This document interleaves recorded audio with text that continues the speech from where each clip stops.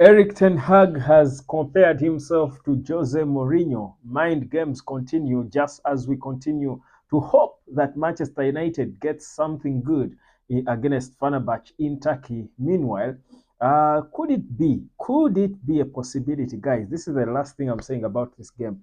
Could it be a possibility that Manchester United starts with or plays Mathis Delete in the middle? Welcome to the United Sport. My name is Webb. How have you been today? Can you imagine? I recorded a video hours ago, but this thing refused to upload hours ago. So painful. I don't know. But I don't know whoever is trying to sneak into my gadgets and slow them down. Well, I pity you because you won't succeed. Anyway, let's get it. So, Eric Ten Hag in his pre-match press conference spoke about how him and Jose Mourinho have won a lot of trophies in the past years. Mourinho and I, we have won many trophies in the past years. Those were his statements. And of course, there are people out there who are, of course, continuously attacking him for that, saying, this guy is so delusional.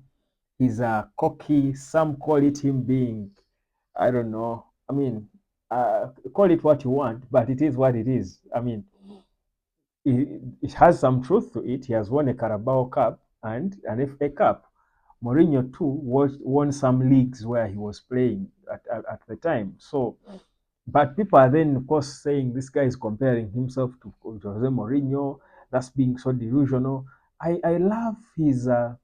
I love Eric Ten Hag's confidence that even with all the pressure that people are trying to send his way, he's just looking at them and saying, he's rubbing them more. I mean, I think British media are waiting for that moment for Man United to lose to Fenerbahce. Then they will start picking on that statement and trying to attack him and abuse him for it. Again, start their stories of him being sacked. I feel like he's just enjoying himself now when it comes to these press conferences because he has had enough. So he'll just keep enjoying, say anything to hurt them. What's the worst that they can do to him? I love it partly. And it's also a bit of mind games. It's been a while since we had some bit of such mind games as we went into games. I think it's important if managers come out and say certain things to try and provoke everyone who cares. So it's interesting that. But anyway, let's get proper into the game. In a few hours, we will be getting to know the starting 11. Of course, in about 2 hours, we'll get to know the starting 11 of Man United. But without Johnny Evans, there were people still thinking, and I mean, there are people feeling like maybe Marcus Delete could still push into the middle, and we have Victor Lindelof and Lisandro Martinez in central defense, invert Diogo Dalot on the left, and Mazraoui plays on the right. Now, already those are two players in our backline, players who are not exactly 100% fit in Mazraoui and Victor Lindelof, because he hasn't played for a long time. That would be, I think, is a bit of a deep end. But also, we know that the three midfielders we traveled with are not your guys you believe who have got the physique in them to go body to body, pound for pound against Sofia Amrabat and Fred, who are certainly going to be psyched up by by Jose Mourinho. Jose Mourinho, manages by psyching his players up. They go to war for him. They will fight for him. They will, uh, throw their bodies on the line for him, and that's what the best managers do. He just gets into their heads, and when they step onto that pitch, they are willing to die for him now. And Jose Mourinho's games are won in the midfield, so the battles in there with Sofian Amrabat and Fred are certainly going to be intense. So you need players who can match them, and you don't match physique with experience. I think you match physique with physique. That's why I'm thinking maybe is an extra physical body added in the middle, together with either Ugarte and Ericsson in 10. Ericsson should be the given in 10. It was asked about whether he enjoys playing deeper or more advanced as a 10 or as a 6. And of course, he sort of played the question like any professional player would, saying wherever he plays, he's happy to contribute and help the team. But thing is, I think Ericsson should be starting in 10 ahead of the young man that is Joshua Zirkzee. Unless we play with two strikers and have Zirkzee in there with Hoyland, but also still create room for Ericsson, it wouldn't make sense. That's really not Erik Ten Hag were really. So it's going to be interesting to see how he assembles his team. But for me, I think it would make sense because part of the reasons why we signed and why we were happy signing Mathis Ligt was because of his ability to play multiple positions and also being able to play in the middle, just not just the central defense, but can also play in the middle when called upon to, because he was playing in the midfield for some time in his career. So my feeling is we need to try out things, and I think this is an opportunity. I'm sure, another manager will try something new with this squad and see what comes of it. Of course, the obvious should be the staying in the back line, partners Lisandro Martinez, Dalot, and Mazraoui. Then in the middle,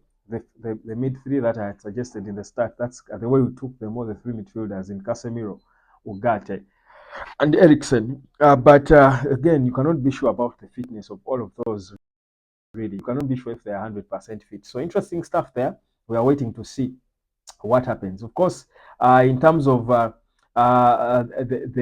result, I think Turkey is always hell. It's always hell to play in Turkey, and even Erik Ten Hag, rather, Eriksen spoke about it. I mean, it's always tough to play in Turkey. They just have some crazy supporters, don't they? That who will always come up with a lot of fire and energy, and back their teams. Light flames in the stands and stuff. They are always quite interesting supporters, and it's always a difficult atmosphere to play in. But I'm hoping Erik Ten Hag will find ways of getting his players to calm themselves down and try. But we know that Jose Mourinho is always playing with the fans. That's why he called upon his 35,000 supporters to come and back his team, because it cannot be 11v11. It should be 12v11 for him. And that's Jose Mourinho. That's how he wins. It's never about tactics. It's about psyching players and passing that energy from players to himself into the stands. And trust you me, at home, his teams are always unplayable. So it's going to be an interesting, tough game, good challenge for this team. I think it will be a good test for the team, regardless how you look at it. Of course, the team, and by the way, Fenerbahce has got some good players in there. I mean, they have got some good players. I just spoke about I spoke about Fred and and Amrabat, who know a thing or two about Manchester United. But that's not all. I'm talking players like Edin Dzeko, who played for Man City. I mean, he was a proper goal scorer. Had a record that was only this season broken by Erling Haaland in terms of many goals scored in the first games. Then they have got players like Dusan Tadic, who Erik Ten Hag worked with for some time, I think, at Ajax. So I think was there on loan for a small bit of time. He worked with him that side as well. Was on loan from Southampton.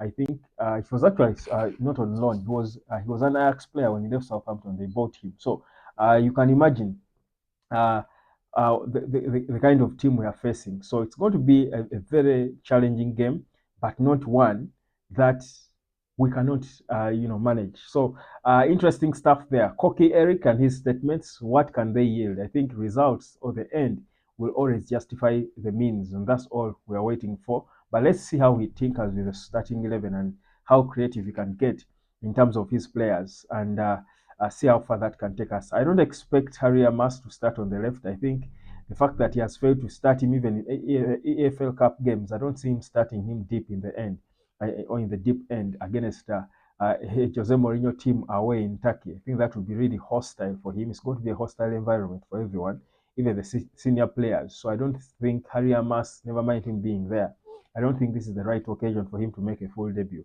really. But let's see how it will all go. Give me your prediction in the game. It's just hours away. Drop down in the comment section, predict it, and let's get in the mood. Also, let me know where you'll be watching it from. Will you be at home? Are you going in a public space? Where will you be? Let me know in the comment section. I will be back with the match reaction after the game. My name is Webb. This is the United Sport. Like, share, and subscribe. And I'll catch you later, my fam. Peace.